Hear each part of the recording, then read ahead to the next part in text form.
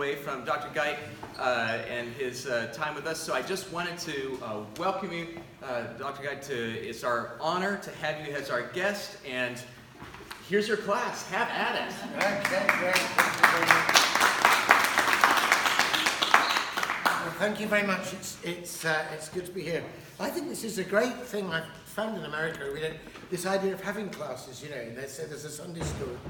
If you say there's a Sunday school in England, you expect it to be a group of very lively 5-year-olds sticking pictures of donkeys on with fuzzy felt onto, making a Palm Sunday procession. I'm not saying you won't be lively as 5-year-olds, but I think it's a great tradition that you have of a kind of adult class and adult education, so that's a really good thing.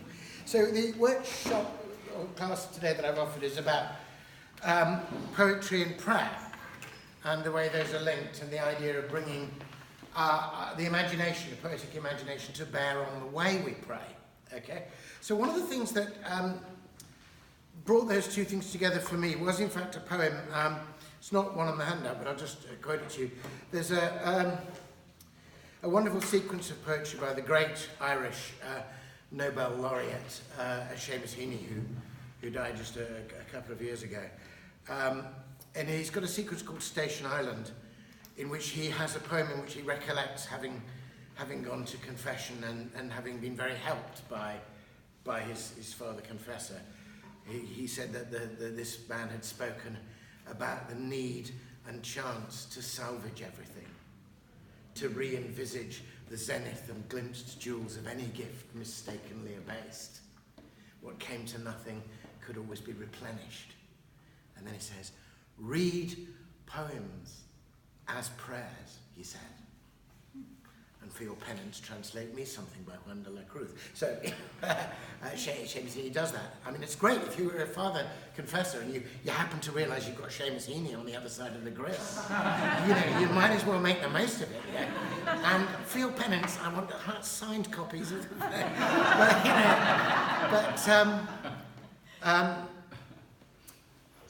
So in the poem, Heaney recalls these words, re-envisage the zenith and glimpsed jewels of any gift mistakenly abased. Isn't that a fantastic way? He doesn't use any theological jargon. We're talking about confession, he's talking about sin. So sin in that poem has become a gift mistakenly abased. And isn't it true, actually, that our besetting sins are very closely related to the virtues we should be practicing? They're like the shadows cast by them in some respects. In the poem, it's all about how he once had a little kaleidoscope as a kid, and he plunged it in a butt of muddied water, and then he wants it to restore it. But I guess the kaleidoscope, the beautiful gift that we've mistakenly abased, I don't mean us personally, but our whole culture in the West, since the Enlightenment, is the gift of imagination. We set aside intuitive, imaginative, poetic insights, not because they're not true or helpful, but because for the particular kind of science we wanted to do, with a very mathematical base, we felt like we didn't need them. So we took them, and also God, out of the equation. And then we forgot to put it back into the equation at the end. We forgot to rebalance the equation with imagination. So read poems as prayers. I began to feel that I should take that advice given by an anonymous priest to Seamus Heaney pretty seriously myself. And what I'd like to do, just in the time we've got here, is to give you some poems which are actually about prayer. So I thought that'll help. I mean, in the end, we should be able to read any poems of prayer, but actually, let's start with ones that are in the zone, and being a bit more explicit. So I want to read you, for a start, a poem by George Herbert, which is simply called Prayer. Because if you're going to read poems as prayers, then a poem called Prayer has got to be helpful. So this is a sonnet. I don't know if you know about George Herbert. I should just say George Herbert was flourished in the early 17th century, died in 1633 at the age of about 40. He was a poet, priest. He was a kind of Anglican of his day, slightly long hair, played the guitar, wrote sonnets. Every couple of hundred years, the Church of England throws one of these up. I just figured it was my turn. But George Herbert is a great hero of mine and a real model for me as to how these things should be done. So he wrote this poem called Prayer, which is a sonnet, so it's 14 lines. It's a sonnet, but it's not a sentence. It's got no verb to be. In fact, it's a wonderful kind of cascading list of images. It's actually more like one of those teasing early English Anglo-Saxon riddles, where you say a series of little things. I don't know if you know that in Anglo-Saxon and Viking poetry, there's not only a riddling tradition, which Tolkien picks up on, but there's also a wonderful poetic device called a kenning. So a kenning is where you come up with another phrase that's not quite so obvious for the things that you're going to say. So instead of saying the sea, you say the keel road, because the keel is going along the sea, the keel road. And then you go seal road, eel road, whale road. They would never call a spade if they could call it an earth biter. But actually that's very useful, because that riddling tradition allows you to see something you took for granted or as familiar in a new light. Yeah. Sometimes they would do a double kenning. So there's a line in a Viking poem, in an Icelandic saga, which has the phrase "fire of the Hawk's high cliff," and scholars were really puzzling at what is this fire, and you finally figure out from the context that it's about that the fire of the Hawk's high cliff is an amber bracelet. Why? Because the wrist is where you launch your hawk, your falcon from. So the kenning for the wrist is the Hawk's high cliff, and the kenning for the amber on the bracelet is fire. So the amber bracelet becomes fire as the Hawk's high. That's taking it a bit far, but it's kind of a helpful way. It's using your poetic imagination to remember. And one of the ways of thinking about prayer, the poem I'm about to read you, is like a kind of list of kennings. All these things are prayer. The poem begins, prayer, the church's banquet, angel's age, God's breath in man returning to his birth. But actually, implicitly, is prayer is the church's banquet. It is angel's age. Prayer is God's breath in man returning to his birth. Prayer is the soul in paraphrase. It is the heart in paraphrase. Do you see that? But he doesn't use the verb to be, he just lists it. So let me read this poem to you. And let me say, first of all, that, I should say, really, at the outset, I should have said this to begin with. Obviously, I'm about to spend the next half hour or so with you opening and enjoying poetry. But it occurs to me there may be a blockage for some of you right here. The very word poem may make you quiet when you're seeing, oh my goodness, vogue on poetry, and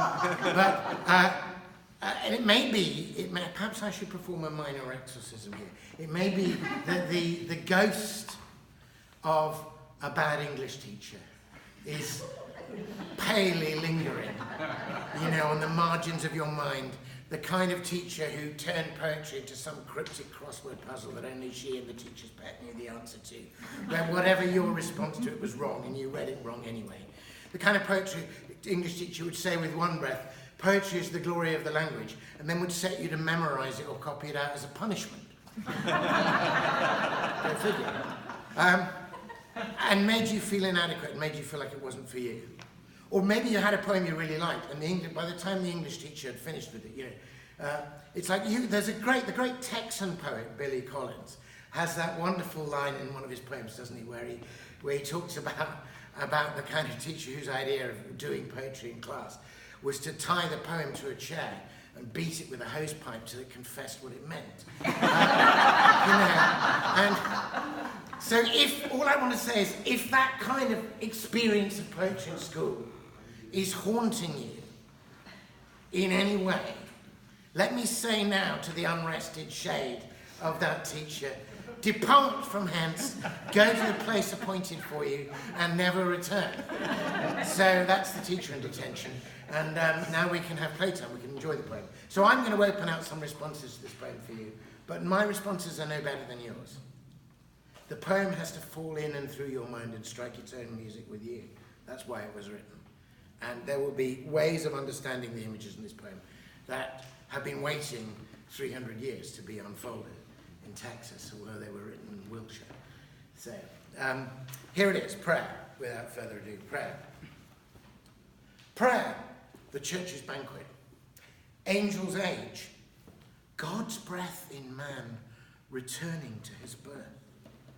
The soul in paraphrase, heart in pilgrimage, the Christian plummet sounding heaven and earth. Engine against the Almighty, sinner's tower, reversed thunder, Christ's side-piercing spear. The 6 days world, transposing in an hour. A kind of tune which all things hear and fear. Softness and peace and joy and love and bliss, exalted manner, gladness of the best. Heaven in ordinary. Man well dressed, the Milky Way, the bird of paradise, church bells beyond the stars heard, the soul's blood, the land of spices. Something understood. So, isn't that an astonishing poem? It's just, I don't know if you've come across it before. It's really remarkable. And we could obviously spend 4 or 5 days together unwrapping. I reckon that in the 14 lines, he has given us 27 images of what prayer is, or 26, followed by like the rest of the alphabet, 26, followed by the phrase, something understood. But all the rest are emblems or images of prayer. That is astonishingly generous on his part. I have to say, speaking for a moment, as it were, professionally as a poet, you know, it's a very hit and miss job, and you're always waiting for the moment, and you're hoping that you'll be there when the muse comes and everything. I spend a lot of time walking down to my writing hut to keep my tryst with the muse, and it just, you know, I just find a note in the hut that says, you know, not tonight, I'm watching it. But at least I showed up. But when you do get like a really good image, especially if you've had a bit of a drought, you're so pleased. You say, wow, this is really good. I can work with this. I'm onto a good thing here. With this one, I could squeeze 3 poems out of this image, I reckon, you know. And he gets 26 absolute gold nuggets and just gives them all away in one poem. And that's the first thing I want to say about these. Every one of these images could be the beginning of a new poem. And one way, in fact, let me sort of tell you now, this is kind of very fresh. Having said that on various occasions like this, do you know each one of these could be the beginning of a poem? About a year ago, I thought, I should take that seriously. And in fact, my next book is going to be called After Prayer. And I have just completed a sequence of 27 sonnets responding to this. But that was only my response. Each one of these could be the beginning. Each one is the seed of it. Each one can be unfolded as what prayer is. And perhaps the sheer generosity of giving you all 27 in one go is there kind of in the first phrase. Let's just open that one out. The church's banquet. Prayer is. So prayer. The church's banquet. Now, that's not, pardon me, it's not the church's strict modicum, is it? Exact allowance. It's not the church's lean, healthy option, you know, with a couple of lentils and an olive. You know, it's a banquet, as you know, is a wonderful feast with many courses. And in fact, the many courses are part of the ritual of it, aren't they? And in fact, if you go to a really nice banquet, they'll have a menu card in front of you, won't they?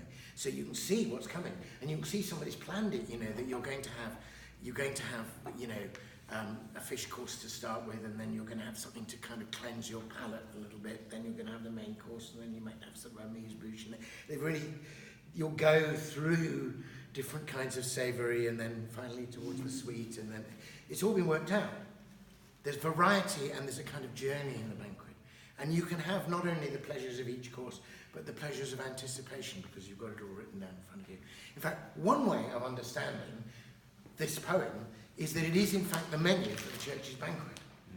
All 26 courses there. This is the order you need. And you'll see that there are some are very sweet, softness and peace and joy and love, but some of them are quite astringent and acerbic and sharp and questioning Christ's side-piercing spear. Do you see that? So, also a banquet is not some piece of junk food hastily snatched in transit, is it? Alone, sort of shoveled into you in the car before you drive on to the next thing. It's always communal. it's always a feast that goes with conversation. It's always about a shared hospitality. So he's saying all those things are true of prayer. And then he offers you some idea, if you like, of what's in the banquet. But of course, he is deeply soaked in scriptures. So he understands the idea of the banquet as the emblem and sign that Jesus gives of the kingdom. I shan't drink this wine again until I drink it new in the kingdom. You will be within the kingdom. The kingdom of heaven is like a man who gave a great wedding feast. And of course, there's that central thing, which is the meal that some of us have shared this morning, the mystery of the sacrament, in which he gives his very self to us. You know, I mean, somebody might take you out for a really good dinner, and you might be amazed at the bill and think, oh, gosh, glad I'm not paying that. You know, we have a phrase that costs you an arm and a leg. You know, we have a phrase in England, but you know, maybe their wallet is big enough and they've treated you well. That's nice, but maybe they're so wealthy it doesn't make any difference to them. But when you partake of the banquet, which Jesus offers, it's cost him absolutely everything he has in order to feast you. You may have seen the film. Have you seen the film Babette's Feast? Yeah. She gives everything, doesn't she? And there's something extraordinary going on there. So that's just one image. And the others are all like that. They've all got something to offer.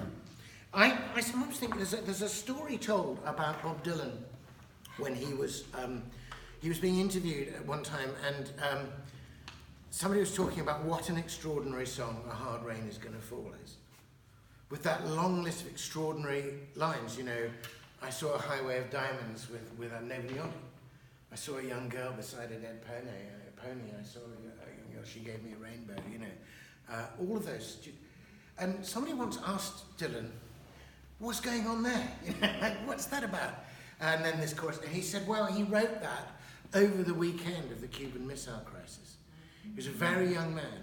And everybody literally thought, this is it, the world is going to end. He said, I've got all these songs waiting to be written, and I don't even know if there's going to be a world to write them in, you know, next week. So I'll just write down as many first lines as I can.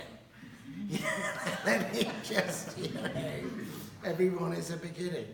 And I think there's something of that in this. So we haven't got time to go into them. I want to take 2 or 3 of them and just open them out a little bit for you. And then I want to show you a couple of examples of how other people have responded to this poem, poetically and prayerfully. And then I've got a little sheet with some sort of exercises that you might like to think about doing and stuff you could take home. But using this menu, if you like, of the church's banquet as our template. So let me just pick out 2 or 3 and open out a little bit of what I think is going on in the riddle or the kenning of, and see if this poetic approach to what prayer is might open up some fresh possibilities for you in your prayer life, because that's the aim here. The aim in the end, well, the aim, of course, is simply to enjoy the poetry because it's a great pleasure. But the aim is not to be clever about the poetry. The aim is to allow the poetry to help us renew our prayer life, to re-envisage the zenith and glimpsed jewels. Yeah. So, to replenish. So let me take, I've said something about the church's banquet, let me take the image which gets a whole line to itself. So it's obviously an important image. The second line, prayer is God's breath in man returning to his birth. Extraordinary and beautiful idea. God's breath in man returning to his birth. It's actually deliberately ambiguous as to whose birth, who's his, he in this sense.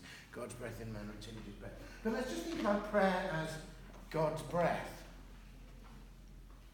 He's tapping into a very, very rich biblical scene here. I mean, he's absolutely soaked.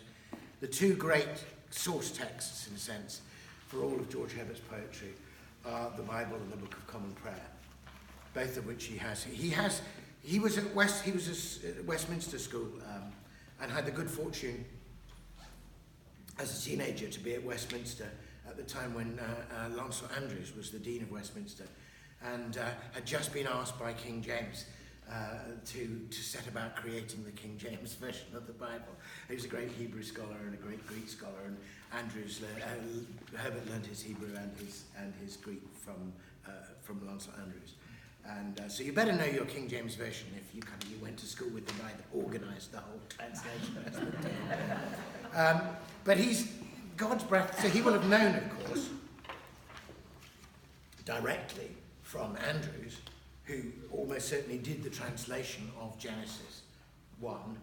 In fact, Andrews probably did most of it from Genesis to 2 Kings, because the other people were supposed to be doing it were never handing in their homework on time. So he will have known that when, in the beginning God created the heavens and the earth was without form and void, and darkness was upon the face of the deep, and the Spirit of God moved upon the waters, he will have known that ruach, the Hebrew word there, could be spirit, it could also be breath, it could also be wind. And he would know that in the Septuagint, and then of course in the citations of scriptures in the Greek New Testament, the word was pneuma, which again means spirit and breath and wind, and likewise spiritus. I mean, we've split that up, haven't we?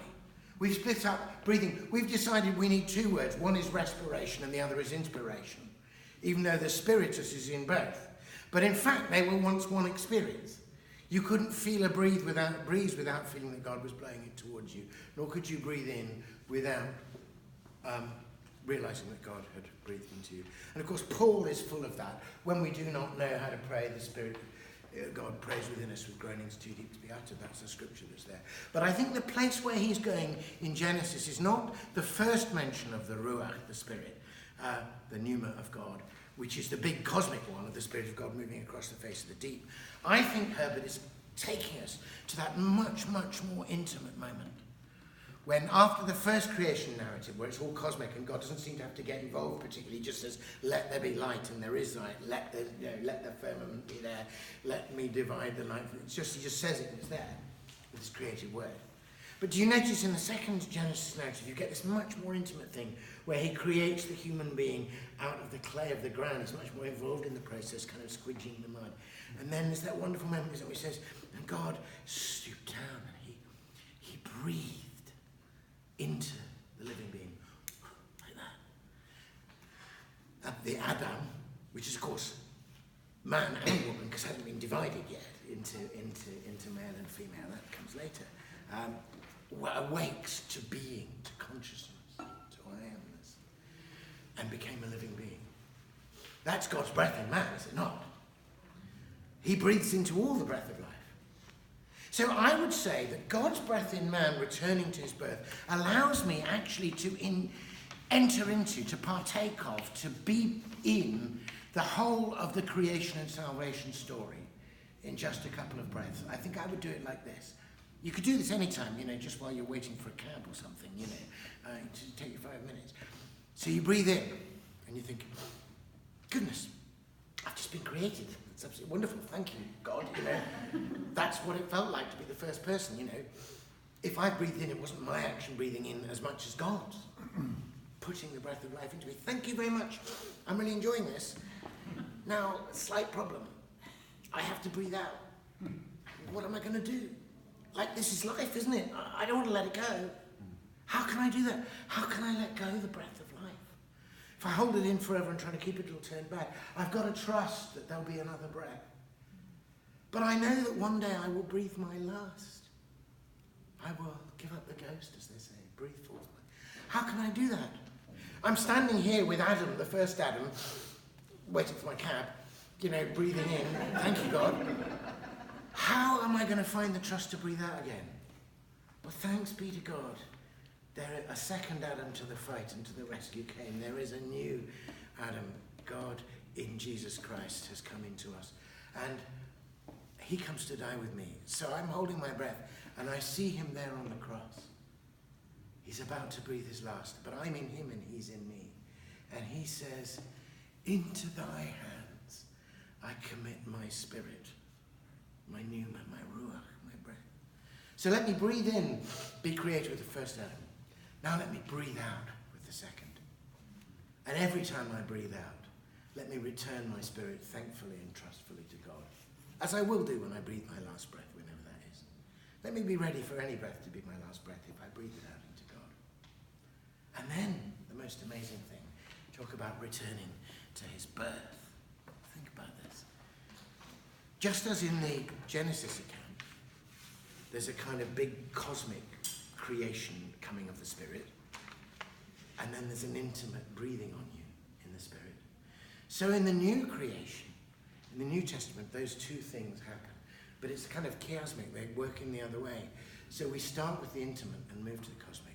So take yourself back to Easter Sunday evening, or in fact, perhaps take yourself as we just have to Good Friday. Some people say about Holy Saturday, after Jesus has breathed his last, and we have that kind of strange, quiet, in-between day. I've heard preachers talk about as that where it's between Good Friday and Easter Sunday, we're all kind of holding our breath. Actually, I think that's not the case. The real point is that heaven is holding our breath. We've breathed our last. God in Christ has taken it. And then on Easter Sunday morning, or on Easter Sunday evening after the first event, do you remember they're all locked into that room, the doors are closed. And some of them believe he's risen and some of them don't. And he appears in their midst. And what does he do?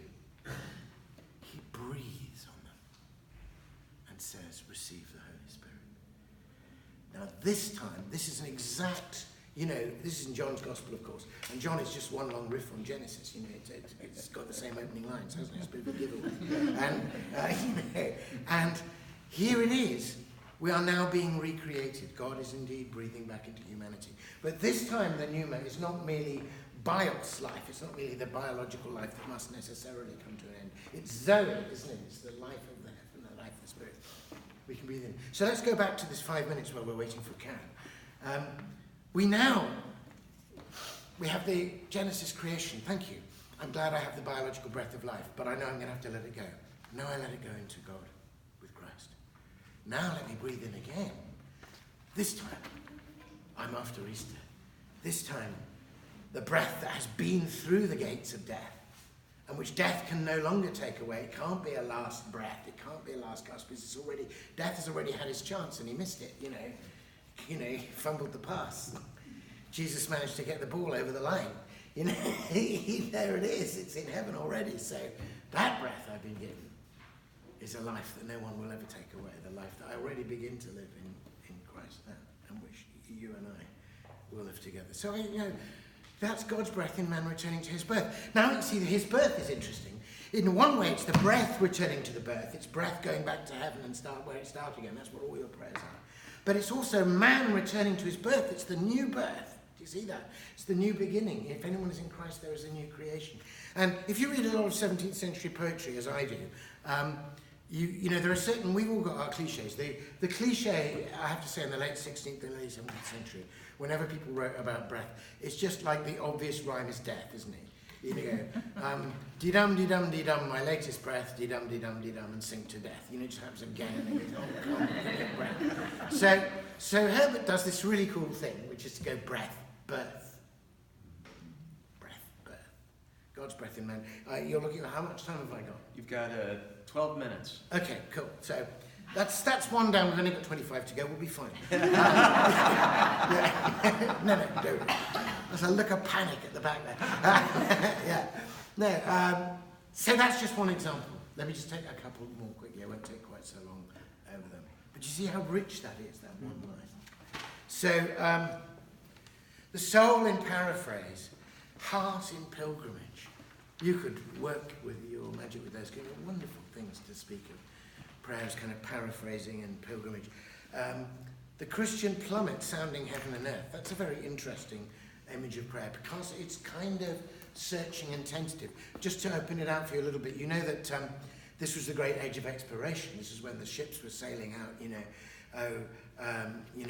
to the new world and feeling their way, up rivers that had never borne the keel or the sail before, and through the fog, and the only way you could do that, you didn't have a sat-nav and sonar and charts. So what you had was a bloke up at the bow of the ship with a plummet or a lead, which is a piece of lead.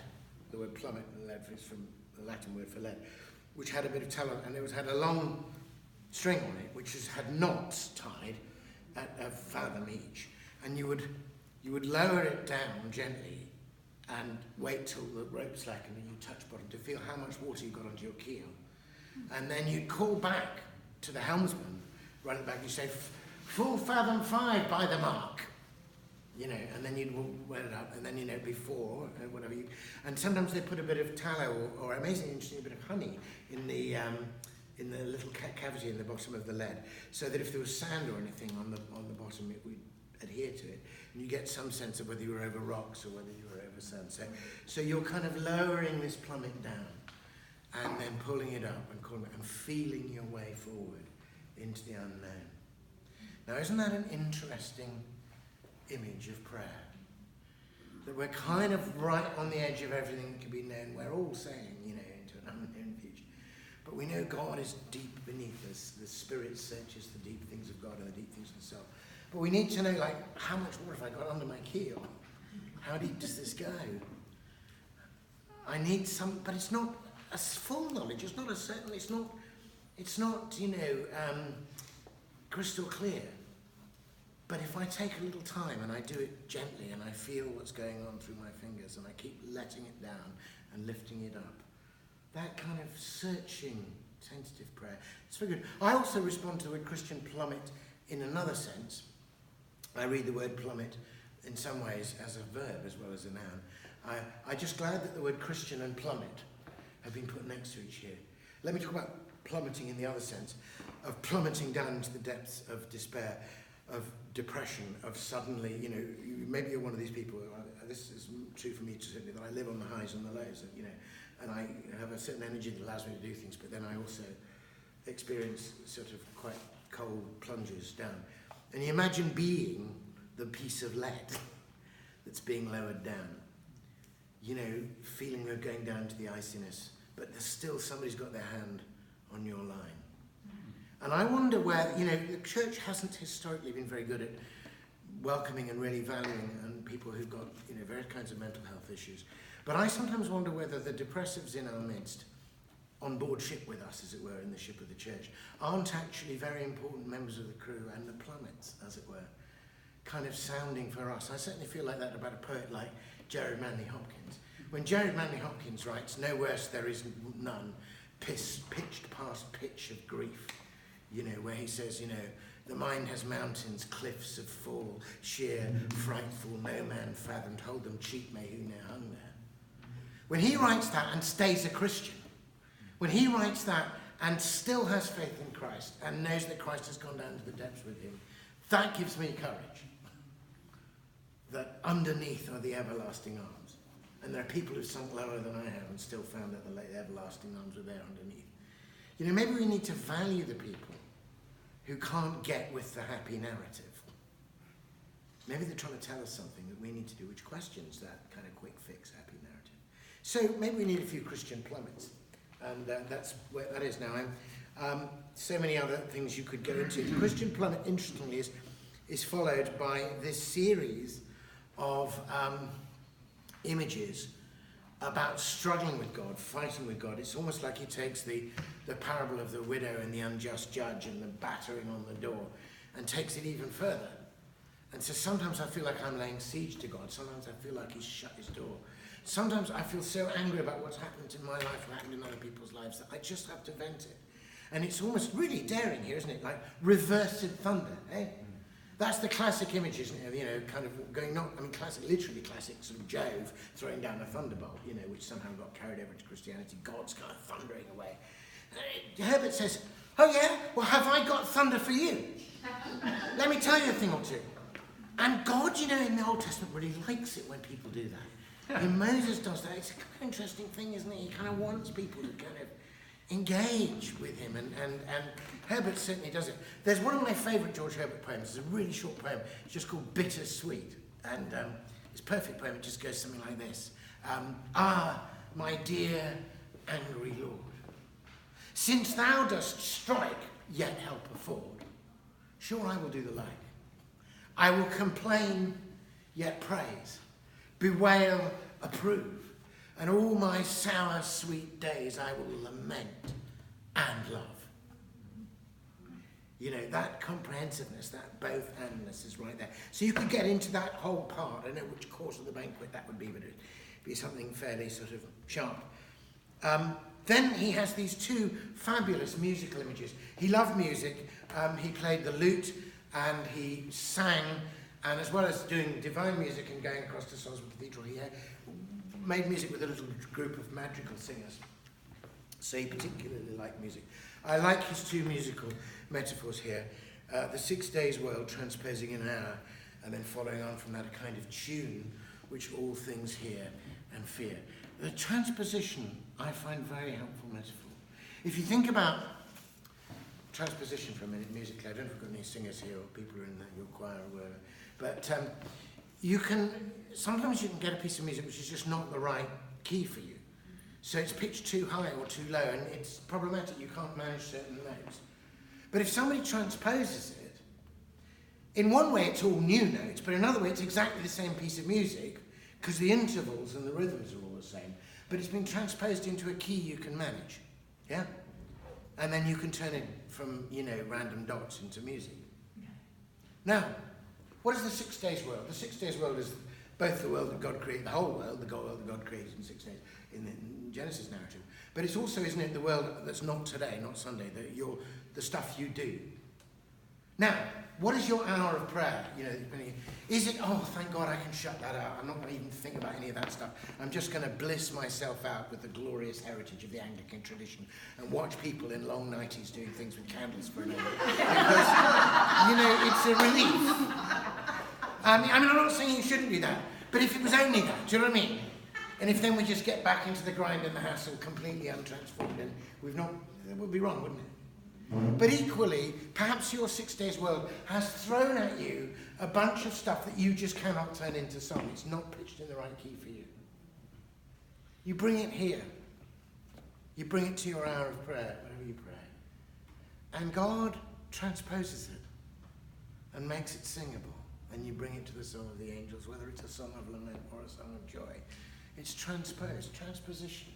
That means not ignoring or excluding or shutting out, but rephrasing and reframing in a way so that you can do something with it. And that's certainly one of the things that I think prayer does. So I'm tempted to do a bunch more, but I won't. So what I want to do is say, well, Herbert was definitely onto something here.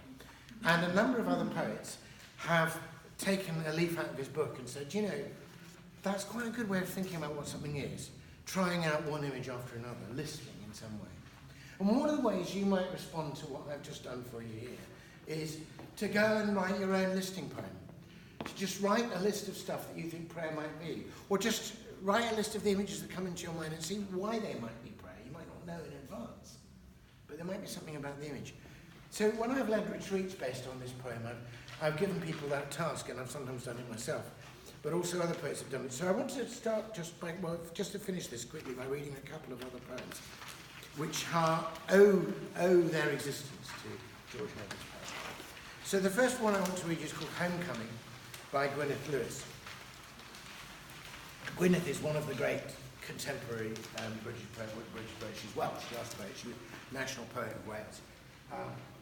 And she was kind of making a journey, has made a journey indeed, out of a kind of interest in Zen back into Christianity and into, indeed, Anglican Christianity. And good old Rowan Williams had something to do with that, I mean, as did I. But anyway, this is a poem kind of on the journey home, homecoming. It's deliberately echoing prayer, but it's not, she doesn't do any of the 17th century stuff that he's doing. She's looking at prayer, her experiences of meditation, particularly. Let's just hear it, see how it works. Homecoming. Two rivers deepening into one. Less said, more meant. A field of corn adjusting to harvest. A battle won by yielding. Days emptied to their brim. An autumn, a wedding, a logarithm. Self-evidence earned. A coming home to something brand new but always known. Not doing, but being. A single now. Now in infinity. A fortune found in all that's disposable. not out there, but in. The ceremonials of light in the rain, the power of being nothing but sane. Isn't that a fantastic poem? There's so much you could do. Two rivers deepening into one is just so beautiful for kind of the way the life of the spirit comes into us in a different way.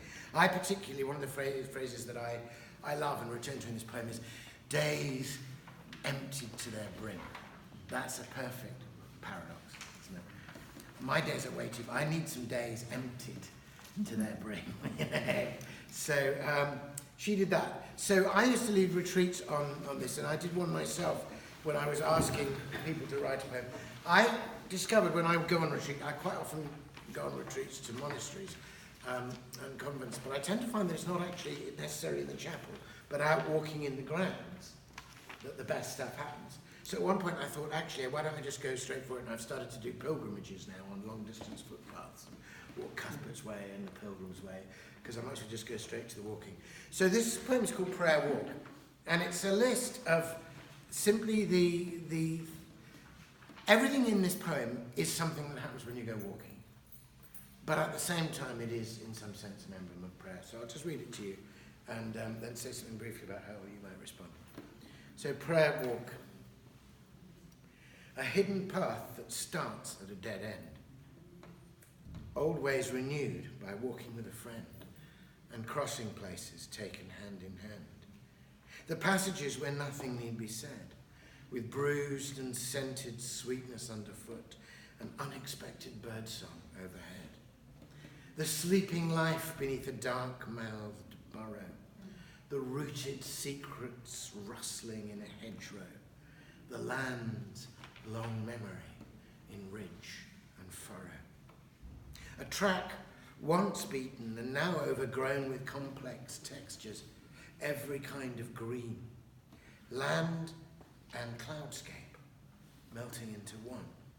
The rich meandering of streams at play, a setting out to find oneself astray, and coming home at last, a different way. So, just briefly say something on one of those images. I don't know how you organise country walks here and what land is available to walk on, but there's a wonderful network of footpaths and stuff around England. But often they start in odd places. So there'll be a road that says dead end, and it's a scrubby little road and there's kind of litter on the side of it, but there's a worn out thing that's somewhere that says public footpath. You find the end, you find the hedgerow at the end, and here's this little finger post, you know, public footpath to Little Briding, you know, and you set off for a long, and suddenly you're in a completely different world. You've stepped through the hedge into it. And I've certainly found that it's extraordinary how much it takes to get me to finally sit down and pray. And almost inevitably it's because I've run into a dead end in almost every other respect. And then I start, I sort of find the hedgerow and start the prayer. So just finally, because I guess we're coming to the end of our time, I've just given you some little exercises just to throw you in. So just let me read them through to you just quickly so you see what it is. Try one or both of the following. So you can reread Herbert's prayer slowly. And here's a thought. Imagine that prayer, the poem, is a map of the terrain of your spiritual life. So it shows rich, fruitful places, the land of spices, softness, peace. It shows the harsh terrain of struggle and conflict, engine against the Almighty. It has places that are full of allure and mystery, the Milky Way, the bird of paradise, and places that are scarily unknown, the Christian plummet. Places that are deeply personal and touch your inner wounds, the soul's blood, and places that are shared in public, the church's banquet.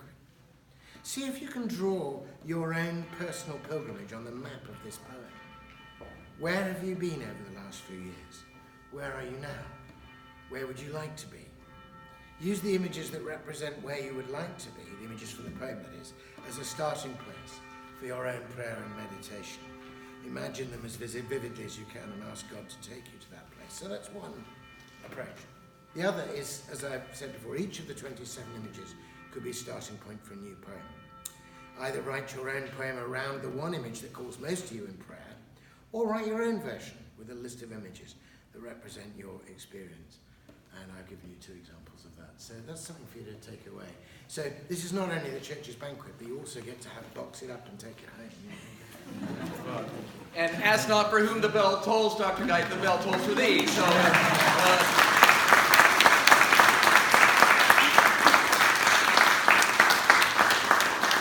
for those of you at the 10:30, we'll see you there, and Dr. Guite will be there in the narthex to greet you after that service. But we must away. Okay. So thank you all for being here. Thank you. Thank you.